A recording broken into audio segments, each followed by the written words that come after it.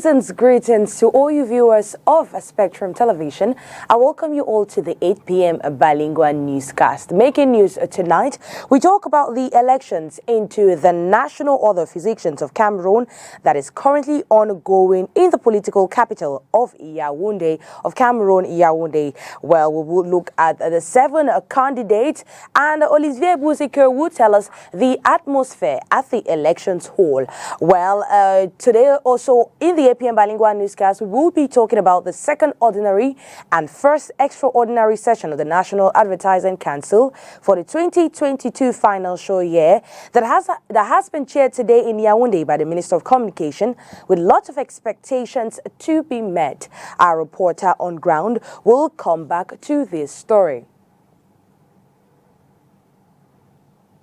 If you're just joining us, you're right on time. It is the APM Bilingual Newscast. It opens in the French language with you, Inès Pangan. Good evening, Inès. Bonsoir Nila Donette, bonsoir à vous mesdames et messieurs et bienvenue. Comme annoncé en titre, élection à l'Ordre national des médecins du Cameroun, les travaux se déroulent au Palais des Congrès à Yaoundé, la capitale politique du Cameroun. 7 candidats sont en liste. Plus de 1000 médecins ont effectué le déplacement pour élire leur prochain exécutif. Ambiance là-bas avec notre reporter Olivier Bouzike.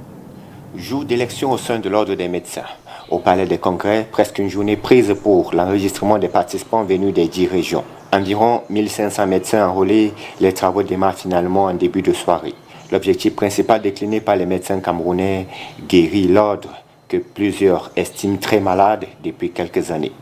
Nous attendons un nouveau bureau, une nouvelle dynamique. Que les dossiers soient donc plus rapidement traités, parce que par le passé, il y avait une certaine lenteur. Nous attendons juste un ordre où le médecin est valorisé, reconnu à sa juste valeur et où il peut se sentir à l'aise. Qui donc pour piloter le projet? 7 candidats en lice. Le docteur Pierre-Yves Bassonk, qui milite pour l'application de l'éthique et la déontologie dans les écoles de formation. Le docteur Kamta Guy-Claude propose un accompagnement et un encadrement juridique depuis l'école jusqu'au terrain. Le docteur Théodate Manga, au-delà de la répression, veut faire de l'ordre un outil de formation pour les médecins camerounais. Pour le docteur Zambo Bertolotte, il sera question d'instaurer une discipline solide par la création d'une commission forte sur la base du triptyque formation, sanction, médiatisation des sanctions. Seule femme en course, le docteur Olga Mankolo appelle à une synergie pour la redynamisation de l'ordre des médecins. Le professeur Noël Somba compte intensifier l'intégration des médecins de la diaspora. Enfin, le docteur Rodolphe Fankoua, quant à lui, envisage veiller à une bonne pratique de la profession pour garantir le bien-être du médecin camerounais. Tous ont en commun sur la table la révalorisation des conditions de travail du médecin, salaire décent à l'appui, révision de la loi caduque de 1990, élaboration d'une convention collective, évaluation sanitaire du pays, renforcement de la ressource humaine grâce au soutien de la diaspora. Voilà autant de défis qui attendent déjà l'exécutif qui sera désigné ce 29 décembre 2022 pour un mandat de 3 ans. Et au sujet de cette élection, il faut noter qu'une assignation-annulation du processus électoral au sein de l'Ordre national des médecins du Cameroun est adressée ce 29 décembre par Maître Essimi Zibi Georges Fleuric, avocat au barreau du Cameroun, à la requête de M. Manga Théodate, médecin, par ailleurs candidat à la présidence de cette association professionnelle. Les motifs, le non-respect du code de déontologie et du règlement intérieur de l'Ordre national des médecins du Cameroun, entre autres la publication avant date de la liste des électeurs et l'immixtion du ministre de la Santé publique dans l'organisation des élections au sein de l'Ordre national des médecins du Cameroun. Autre chose à présent, le ministre de la Communication a présidé ce jour à Yaoundé la 2e session ordinaire couplée à la première session extraordinaire du Conseil national de la publicité pour l'exercice 2022. Au menu des échanges, les questions de respect des lois en matière de publicité au Cameroun par les opérateurs. Sur les attentes des 10 travaux, je vous propose d'avoir des détails dans cet extrait sélectionné pour nous par Olivier Bouzike. Les travaux de ce jour se situent dans le prolongement des travaux de la première session ordinaire de l'année, tenue au mois d'octobre dernier, au cours desquels des questions importantes notamment sur la régulation de la publicité, ont été adressées. Nous avons fait le constat, le Conseil a fait le constat de ce que, en dépit de du grand exercice de sensibilisation qui a été effectué jusqu'à maintenant, un certain nombre d'opérateurs persistent dans la violation des règles régissant l'activité publicitaire, notamment sur la question spécifique de la publicité sur les pratiques médicales, la publicité sur les médicaments. Le ministre a donné le ton de ce qui va suivre, à savoir que la phase de la sensibilisation est en train de s'achever et qu'il s'agira désormais de passer à une phase un tout petit peu plus on va dire, répressive, pour ramener les uns et les autres au respect d'une loi qui existe, la loi sur la publicité, d'un certain nombre de règles qui sont là et qui ne demandent qu'à être respectées. Donc la phase de sensibilisation a pris le temps que ça a pris et il s'agira désormais de passer à une phase un tout petit peu plus dure.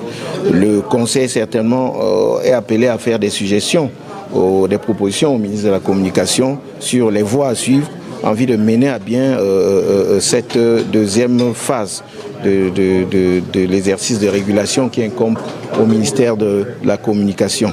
C'est l'un des points forts des présents travaux. Il y aura également des questions liées à la contribution des opérateurs au financement du Conseil. C'est une question lancinante qui plombe l'activité du Conseil, en ceci qu'un pan important de la chaîne publicitaire, le pan des annonceurs notamment, n'a jusqu'ici pas apporté ce qu'il devrait apporter au fonctionnement du Conseil national de la publicité, en dépit des dispositions légales et réglementaires sur la question. Il s'agit aujourd'hui de faire en sorte de réfléchir et de faire en sorte que tout ce beau monde des annonceurs notamment puissent également apporter leur pied à l'édifice parce qu'ils sont membres de la chaîne publicitaire et parce que la loi le prévoit ainsi. Announcing good for children of the St. John Orphanage in Daido, as members of the CPDM subsection party of Daido have donated food items comprising of rice, oil, biscuits, savon and many more to start the new year that we all are waiting for in a few days to come. Well, let's listen to this report as it tells us more. When you feed a child, you feed an entire nation.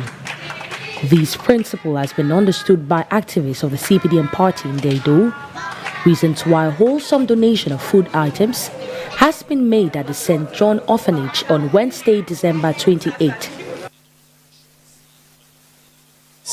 Histoire de leur apporter aussi un présent, de permettre aux sœurs et éducatrices de pouvoir... This year we chose an orphanage around in order to offer them a present which will aid their caregivers to take better care of them, cause them to smile, announce our support and company. We offered foodstuffs like rice, spaghetti, sardine, milk, savon, biscuits, the necessary. Savon, des biscuits, dont le petit nécessaire justement pour leurs petits besoins.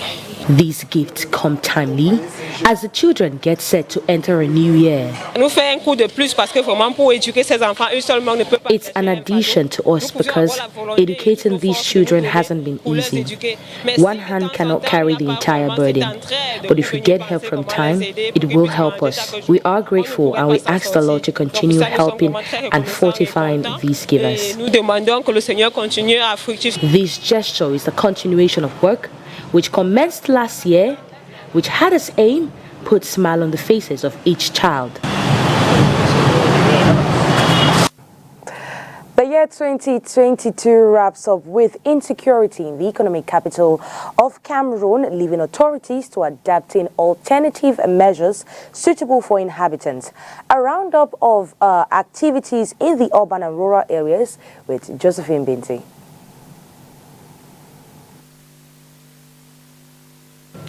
2022 has been characterized by several human interest difficulties that has put the entire country on the edge.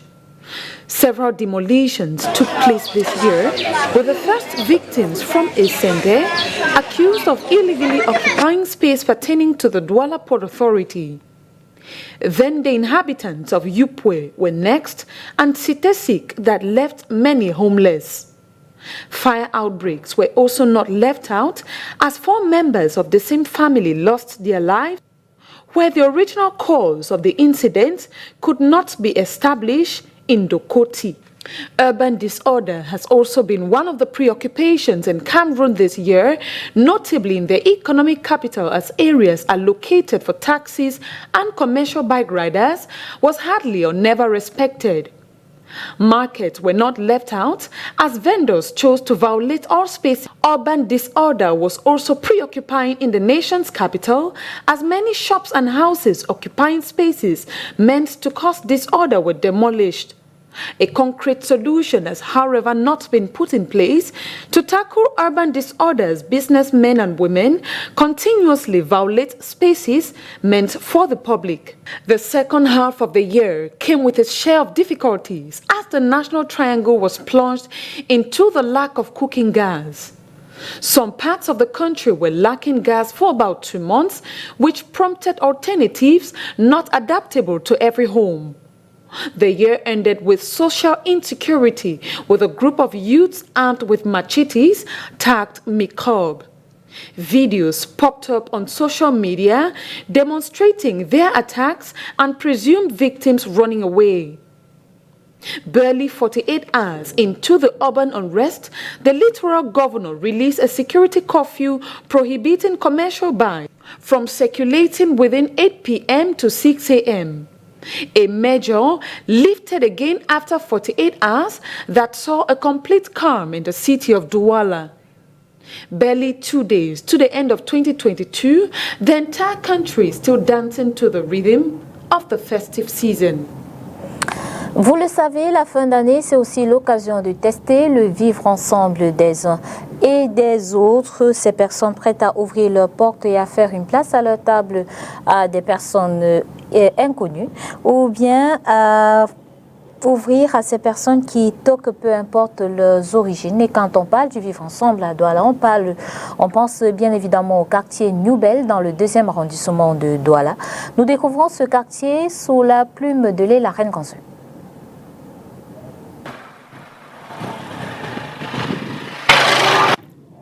Nous sommes au quartier Noubel, situé dans le 2e arrondissement de la ville de Douala. Un quartier légendaire qui, selon les anciens, voit le jour dans les années 1900. Noubel, traduction, Nouveau Bel, Bel étant un canton Douala. Nous ne pouvons pas contenir tous ceux qui venaient à Douala, et en particulier dans le canton Bel. L'administration, l'État a donc créé Noubel. Parce qu'au départ, le canton Bel existe déjà depuis. Maintenant, nous ne pouvons pas contenir ceux qui venaient du centre, de l'ouest, du Grand Nord. On a donc créé Noubel et on a donc renvoyé tous ceux-là. On n'est pas allé dire repartez chez vous. On a dit non, nous vous accueillons, mais venez donc résider à Noubel. Aujourd'hui, Noubel, ce n'est plus seulement le clan Bel. Ici se côtoient au quotidien plusieurs âmes d'horizons divers. Des peuples venus du nord-ouest, de l'ouest, du sud-ouest, du centre, du sud, du Grand Nord et bien sûr du littoral, pour ne citer que ces grands groupes. Sa Majesté Tchonke Gikalin est chef de 3e degré du quartier Noubel Bamileke. Les tensions qu'il y a ici, c'est des tensions des litiges fonciers. Il n'y a jamais eu de tensions du genre que tu es Bamileke et celui-là est du centre ou du Grand Nord. Les tensions que nous recevons ici, les litiges qui sont portés à notre connaissance ici, généralement c'est des litiges fonciers, c'est des problèmes de cession, c'est des problèmes d'hygiène et salubrité, donc pour ne citer que ce cas-là. Et au cœur du quartier Bamileke, Baba Moustapha, 62 ans, musulman et père de famille, s'est établi depuis toujours. Son histoire est comme celle de plusieurs autres résidents de ce quartier. Je suis né à Noubel, grandi, vieilli. Mais mes parents, ma mère, elle aussi née à Noubel. Mon père aussi sont nés à Noubel. Puisque c'est mes grands-parents qui sont venus. Ils venaient du Libéria et du Sierra Leone. Nous rendions ensemble avec une communauté de l'Afrique de l'Ouest. Les Ghanéens, les Béninois, les Togolais, les Sénégalais et quelques Nigérians. C'est lorsqu'ils sont arrivés ici, à Noubel, c'était la brousse. Ils ont débroussaillé. D'origine libérienne de par ses grands-parents, Baba Moustapha est aujourd'hui un Camerounais à part entière.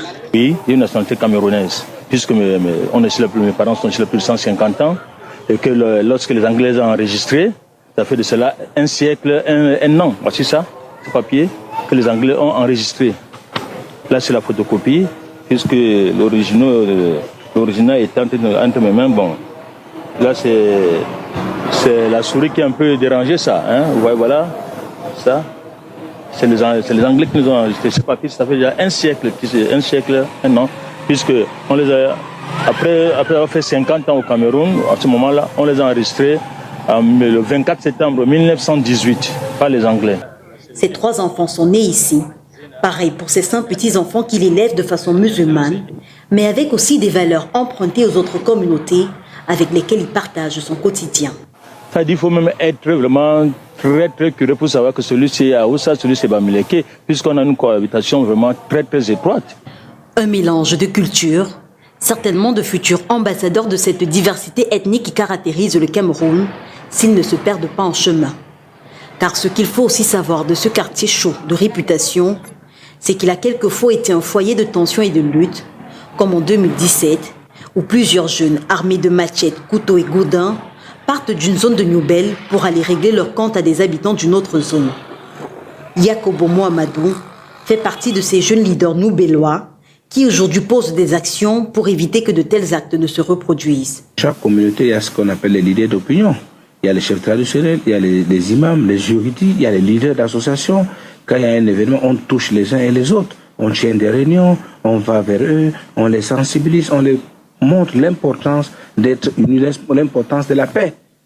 Et c'est à travers cela qu'on essaye de sensibiliser sous la coordination et la supervision de l'autorité administrative. Comment parler de Newbel et de ces cas de violence sans faire mention de la prison bâtie en son sein, un centre de détention où séjournent aussi parfois des enfants du terroir. Mais Newbel, c'est aussi et surtout cette cohabitation bruyante entre membres de différentes communautés. Le marché central situé en son cœur le démontre à suffisance, tout comme les bars qu'on retrouve à tous les coins de rue. Newbel, le quartier où la vie ne s'arrête jamais. It is the festive period, and we know looking good is of utmost importance. As the popular saying goes, looking good is good business. However, it is important that as we all go out for this, well, we should be mindful of the kind of products we use, as some can be harmful to our health. Tonight in the 8 p.m. Bilingual newscast, we picked interest on one of the beauty items that has been popular in today's world, and that is eyelashes. Well, according to an ophthalmologist, Dr. Siben in the Acha Hospital, he makes us understand that the glue used in putting these eyelashes can be very harmful to the eyes. Let's listen to him in this report. The wearing of artificial eyelashes has become an indispensable beauty norm common among women in the society today.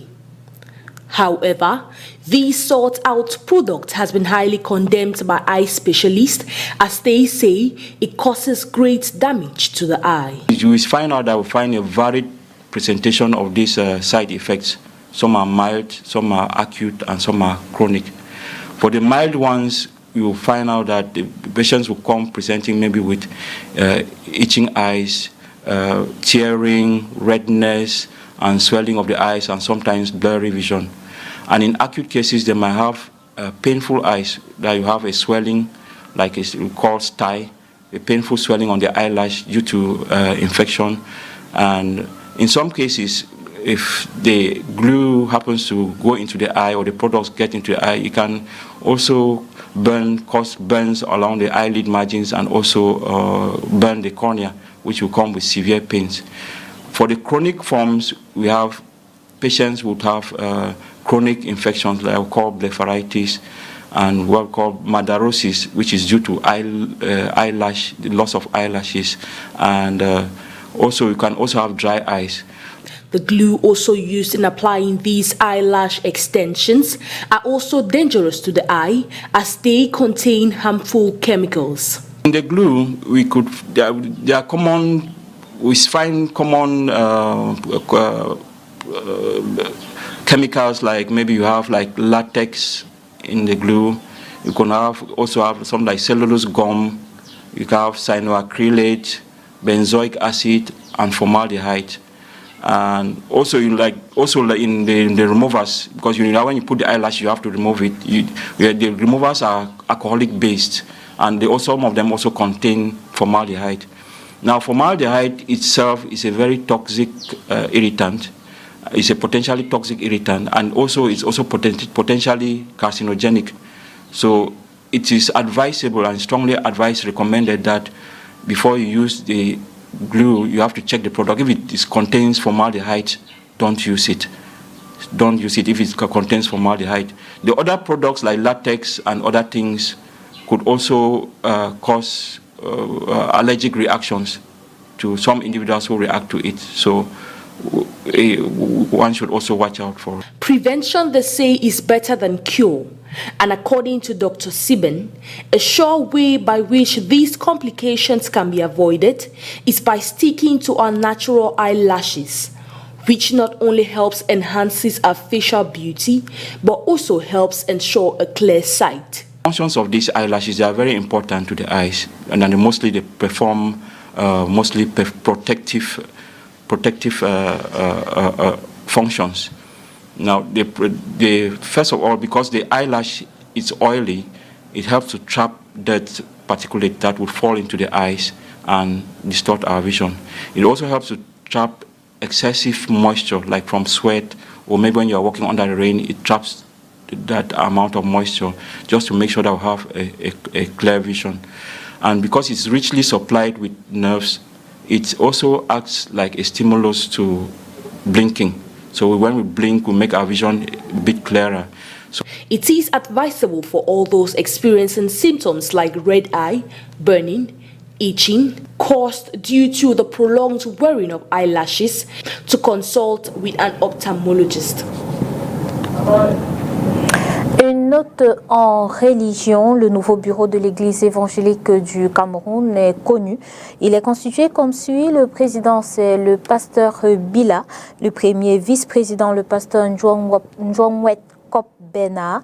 Le deuxième vice-président, l'ancien d'église Boni Kamga Jean-Blaise Pascal. Le troisième vice-président, l'ancien d'église Tamo Tatiese Thomas. Le secrétaire général, le pasteur Memiafo Abestine épouse Kémonier. Le secrétaire général adjoint numéro 1, le pasteur Meka Yimi Pierre. Le secrétaire général adjoint numéro 2, l'ancien d'église Makatoko Samuel. Le trésorier général, l'ancien d'église Fauchivé Édouard. Et le trésorier adjoint, le pasteur Djene Jacques Bruno. Il faut le savoir, cette équipe est élue au thème du synode général extraordinaire tenu à Baganté. C'est dans la région de l'Ouest Cameroun. À l'étranger, au Mali, les 46 militaires ivoiriens qualifiés de mercenaires jugés à Bamako. Au Burkina Faso, le parquet militaire dénonce une tentative de déstabilisation. Au Soudan, 9 morts dans de nouveaux heurts tribaux au Darfour. Et au Rwanda, le Rwanda accuse la RDC d'avoir violé son espace aérien. La synthèse de l'actualité africaine ce 29 décembre, c'est avec nos confrères de la Voix de l'Amérique. Au Mali, le procès de 46 des 49 soldats ivoiriens arrêtés le 10 juillet et inculpés un mois plus tard s'est ouvert à Bamako. Ces soldats étaient accusés de tentative d'atteinte à la sûreté extérieure de l'État, mais Abidjan assure qu'ils étaient en mission pour l'ONU. 3 femmes parmi les 49 avaient été libérées bien avant le procès. Au Burkina Faso, le parquet militaire a dénoncé une tentative de déstabilisation des institutions de l'État impliquant un haut gradé déjà incarcéré, récemment libéré, puis de nouveau arrêté. Selon le parquet, une enquête ouverte après dénonciation révèle une collusion avec des civils dans cette affaire. 9 personnes ont été tuées dans de nouveaux affrontements tribaux au Darfour, région de l'ouest du Soudan régulièrement secouée par des violences, selon un nouveau bilan annoncé jeudi par les autorités locales. Les accrochages ont éclaté tard mercredi soir après la mort d'un homme de la tribu africaine Four, tué par un membre de la tribu arabe des Rizégat, ont rapporté des témoins. Les autorités rwandaises affirment qu'un avion de chasse de la République démocratique du Congo a violé leur espace aérien. Elles ont une nouvelle fois protesté hier auprès du gouvernement de Kinshasa contre de telles violations. C'est le dernier épisode en date des vives tensions entre Kigali et Kinshasa après une offensive rebelle dans l'est de la RDC. En sport, une brève dans le cadre des préparatifs du tournoi Unifac Limbe 2023, qualificatif pour prochain championnat d'Afrique des Nations des U17. 21 joueurs sur les 30 actuellement en stage ont été recalés à l'issue d'un ensemble de tests. Des mesures ont été prises pour leur remplacement numérique. Le but, c'est de mettre fin au tripatouillage sur les âges des joueurs par catégorie. C'est le contenu d'un communiqué signé ce 28 décembre 2022. Toujours en sport, hésite l'édition 2022 du tournoi de football de la ville de Douala, démarré le 17 novembre dernier. La compétition qui a regroupé des équipes masculines et féminines s'est achevée en début de cette semaine. Le point avec Makeda Lidinoto, mais je l'ai pas.